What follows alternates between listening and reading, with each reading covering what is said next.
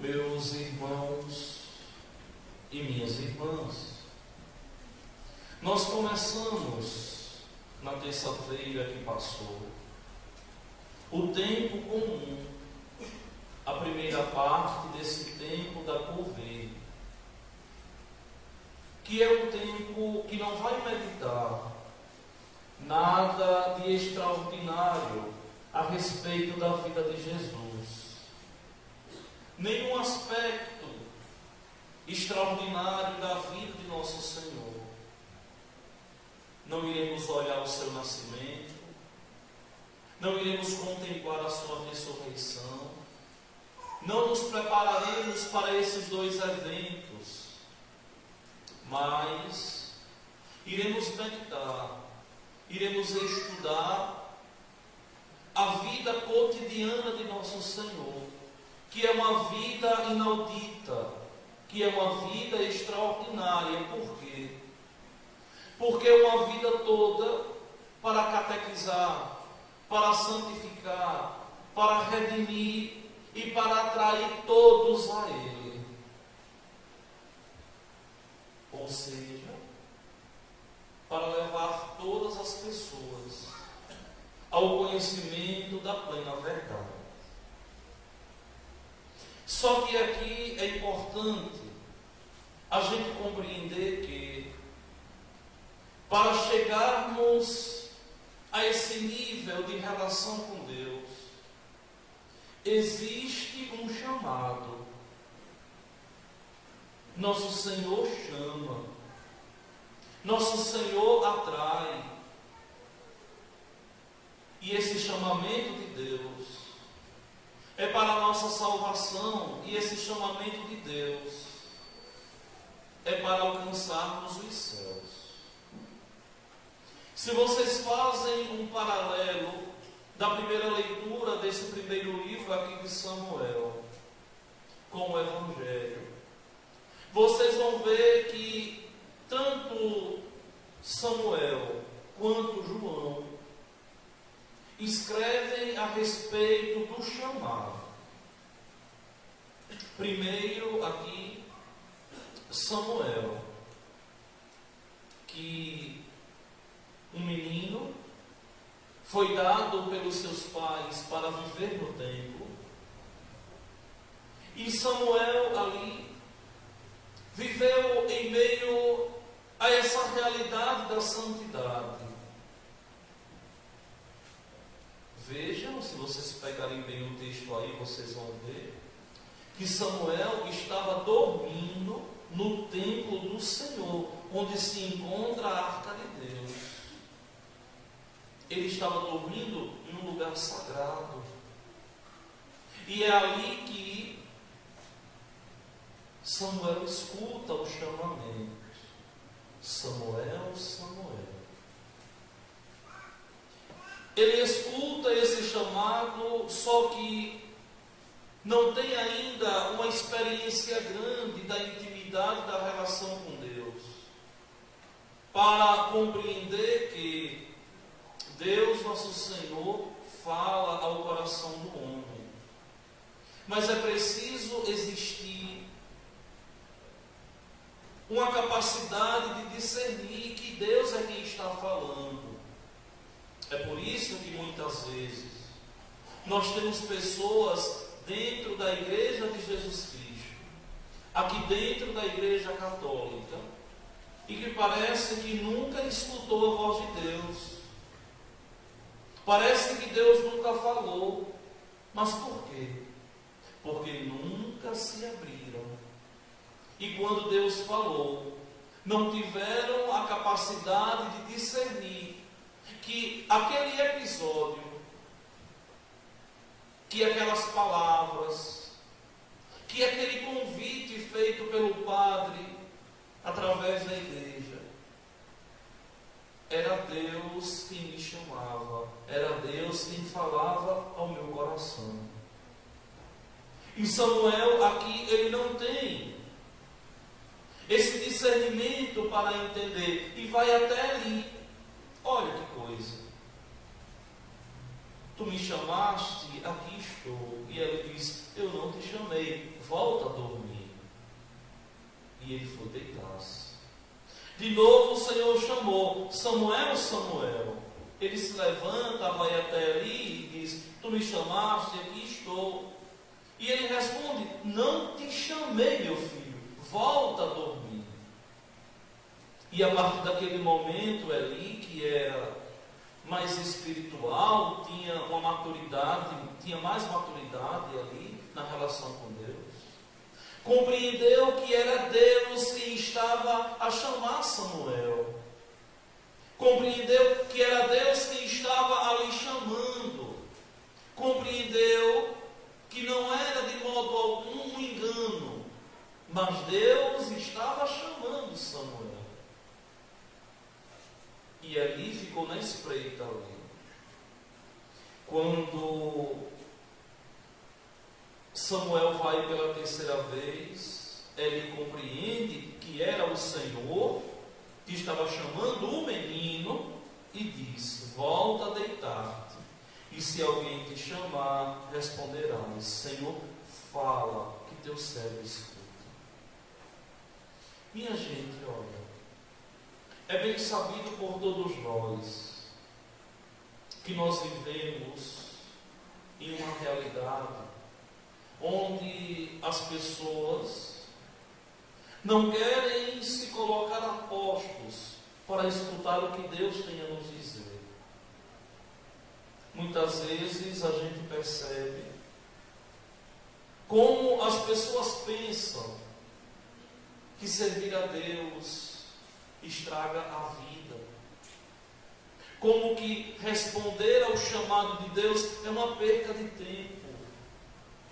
Quem não tem uma fé firme ainda, não consegue compreender nunca essa disposição para servir a Deus, essa abertura do coração para sentir em Deus nosso Senhor algo tão extraordinário que só quem encontrou com Cristo verdadeiramente pode sentir. Eu digo para vocês uma coisa. Daqui a um mês vai fazer 21 anos que eu fui para o seminário. 21 anos que eu fui para o seminário, nesse sonho, nesse desejo, não de ser padre, mas no sonho e no desejo de me encontrar com o nosso Senhor, de me encontrar com Jesus Cristo. Mas muitas vezes eu fico com o coração pesaroso de ver quão triste é a vida de quem passa pela terra e não sente esse acalanto de Deus. Eu fico pesaroso porque muitas vezes as pessoas não fazem essa experiência com Deus. Estão na igreja por estar, vão à missa por ir. Se tivesse algo mais atraente, trocaria com a maior facilidade. Mas por quê? Porque ainda não sentiram essa realidade tocante, que transforma assim o nosso modo de pensar, o nosso modo de agir. É uma pena passar pela terra, sentir as dores, as dificuldades, os problemas todos, mas não sentir essa esperança, essa fé, essa confiança em Deus. Não se sentir verdadeiramente amado por Deus. Não se sentir totalmente preenchido por Deus. Eu digo a vocês com muita honestidade, é algo que a gente não consegue descrever para o outro. A gente consegue sentir. Por quê? Porque é algo que nós não temos capacidade de descrever. Essa realidade apaixonante de servir a Deus, na feliz esperança de o céu alcançar. Na feliz esperança de chegar até Deus. E Eli aqui orienta Samuel. E Samuel aqui é obediente a Eli. Samuel não tem medo. Vejam que Samuel aqui, ele é obediente ao seu superior. Eli é superior de Samuel. Samuel compreende que Eli tem um objetivo, que é levá-lo para o céu. Tem um objetivo que consiste em fazê-lo se encontrar com o Senhor. Samuel poderia ter medo aqui, sozinho, deitado, jogar palavras ao vento. Mas Samuel não tem medo, porque confia naquele que Deus confiar a sua alma. Samuel ali confia, é obediente, porque, minha gente, olha, a obediência é princípio de salvação. É impossível se salvar se não existe obediência. Mas como viver a obediência em um mundo que não conhece a obediência porque vive a rebelião de Deus? Quando eu falo obediência aqui, eu estou falando obediência aos ensinamentos de Deus. Não é capricho de sacerdote, nem de bispo, nem de papa, não. Eu estou falando aqui na obediência aos princípios divinos, que se manifestam de um modo tão pleno na figura, na palavra do pároco, na palavra do bispo, na palavra do papa, na palavra do coordenador da minha pastoral, do meu movimento ali, que no princípio de justiça, na capacidade de pastorear aquela pequena porção, tem por objetivo salvar o outro, porque o serviço na igreja não é poder. O serviço na igreja, para nós católicos, é condução para o céu. Quem tem função na comunidade cristã não tem poder. O único poder que tem é levar o outro ao céu. Esse é o objetivo. Devolver a Deus as almas que Deus, nesse momento da vida, me confiou. Samuel aqui não teve medo de obedecer as palavras do seu superior. E ali um menino, lá pelos 12, 13 anos, a tradição nos diz, Samuel responde: fala que teu servo escuta. E é isso aqui que nós temos que dizer. Através da palavra do Evangelho que nós escutamos. E olha que coisa bonita. Samuel crescia e o Senhor estava com ele, e não deixava cair por terra nenhuma de suas palavras. Ou seja, Samuel ali assume a palavra de Deus na sua própria vida.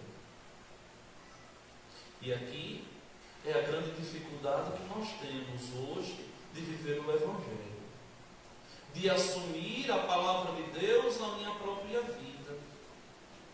Uma das coisas que eu mais fico triste na Igreja Católica é quando vejo alguém que vive a fé de um modo tão justo,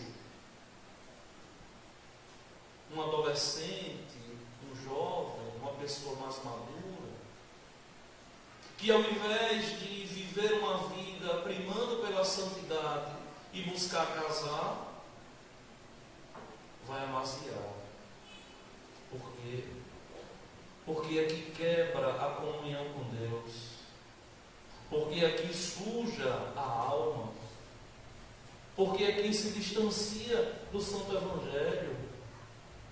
É claro, minha gente, que nós todos aqui, eu e vocês,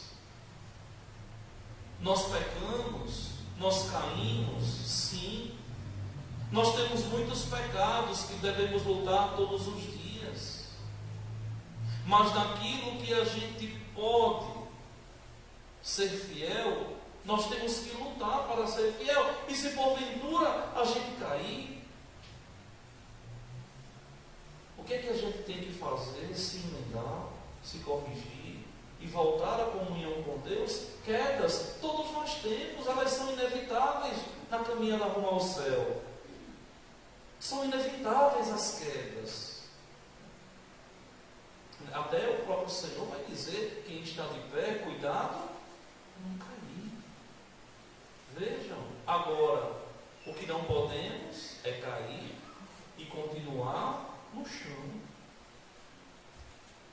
Muitas vezes nós temos que levar uma chacoalhada assim e fazer a pessoa enxergar e entender que essa chacoalhada é um chamamento de Deus para a nossa salvação. Agora, poucos minutos antes de vir para cá, eu conversava com uma amiga de muitos anos atrás. Nós nos conhecemos entre 12 e 13 anos. E aí, conversando com ela, a gente partilhava as idades. E aí eu dizia assim: mas Alexandre, parece uma piada, mas daqui a 10 anos nós estaremos com 50 anos.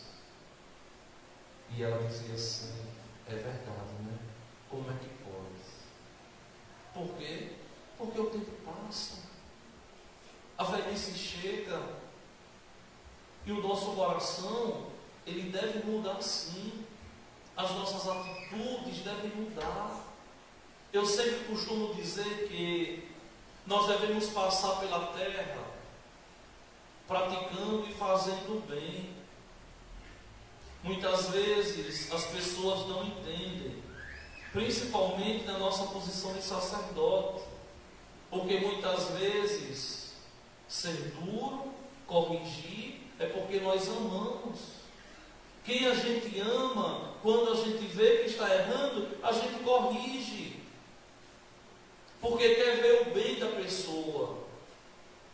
E como eu costumo dizer sempre assim, o amor não pode de modo algum ser indiferente.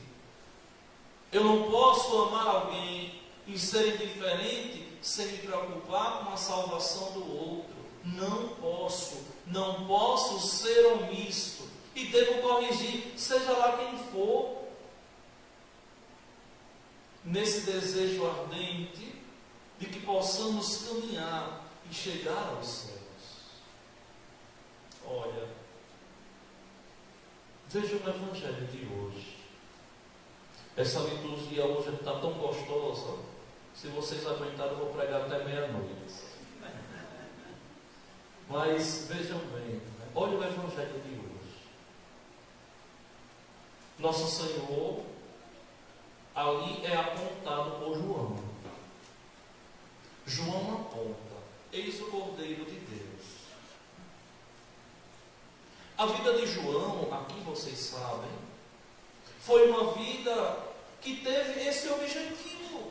Qual foi o objetivo da vida de João? Indicar Jesus, ponto. Não teve outra razão para ele vir ao mundo. O precursor, o filho de Isabel, da anciã estéril, que fez seu pai ficar mudo quando ela engravidou. E o nome quer dizer Deus dá graça. João, não é? Quer dizer Deus dá a graça. Qual é a graça que Deus dá através de João? Jesus.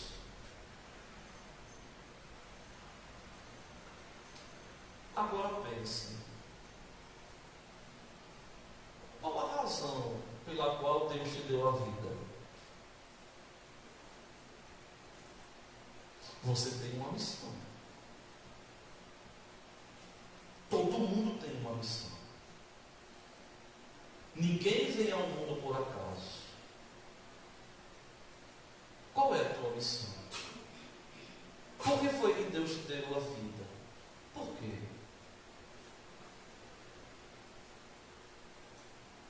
Para ser infeliz? Para fazer o outro infeliz? para viver falando mal da vida dos outros, para viver uma vida dúbia, para viver maltratando aqueles que deveria amar, perseguindo. Muitas vezes uma vida de tanto atropelo, por quê? Então é preciso que nós compreendamos que existe sim uma missão, existe uma razão. Não é à toa que nós vimos ao mundo. E João ali aponta: eis o Cordeiro de Deus. E vejam que os 2 discípulos ali abandonam João e vão atrás de Jesus. Mas em um momento da história eles foram encantados por João, porque ninguém segue a quem não nos encanta. Quando alguém nos encanta, a gente quer estar perto. Quando alguém nos encanta, a gente busca seguir, a gente busca imitar. É bom estar perto de quem nos encanta.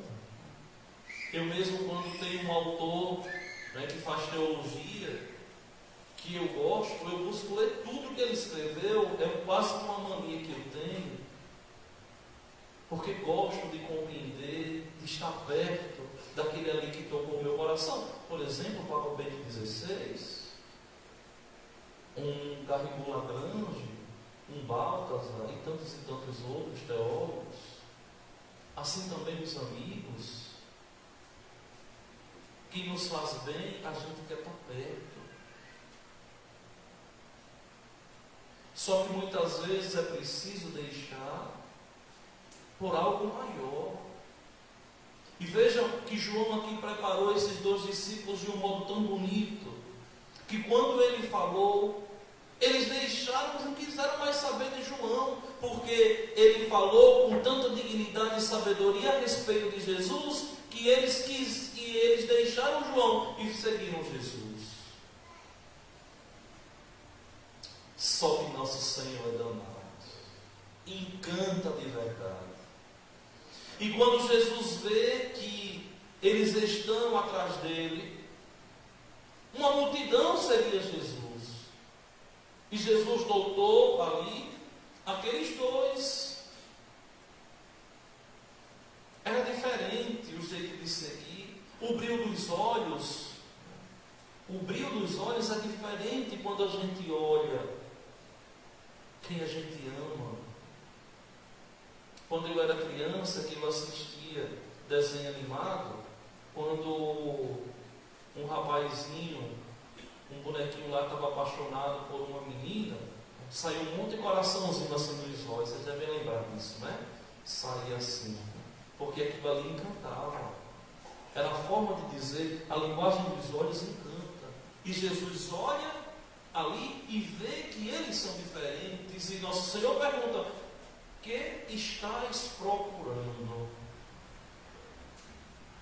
Minha gente, essa pergunta aqui, feita por nosso Senhor, ela pode ser aqui feita individualmente para cada um de vocês, na liturgia de hoje.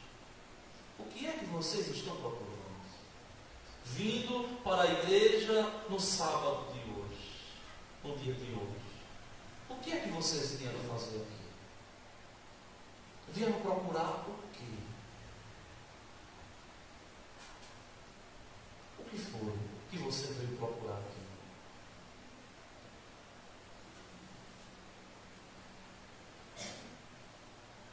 A resposta, cada um de vocês deve dar no íntimo do coração. O que é que você veio procurar? O que é que você está procurando?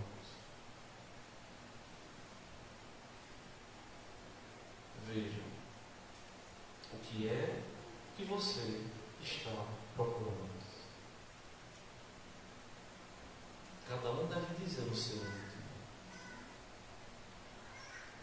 responde: Rabi, onde moras? Jesus não vai dizer assim: eu moro ali, em Cafarnaum. Não. Nesse momento morava ele em Cafarnaum. Jesus vai dizer: vinde ver, ou seja, vem permanecer comigo. E nosso Senhor diz a mesma coisa a vocês, assim: olha, o que é que vocês estão procurando? Venham ver. Eu tenho para dar o que vocês querem.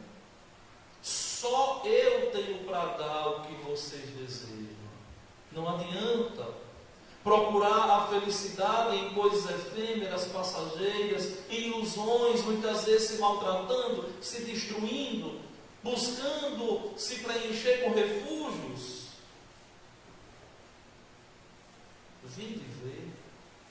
Esse vinde ver, minha gente, aqui é a gente compreender que nós devemos permanecer a vida toda na presença de Deus.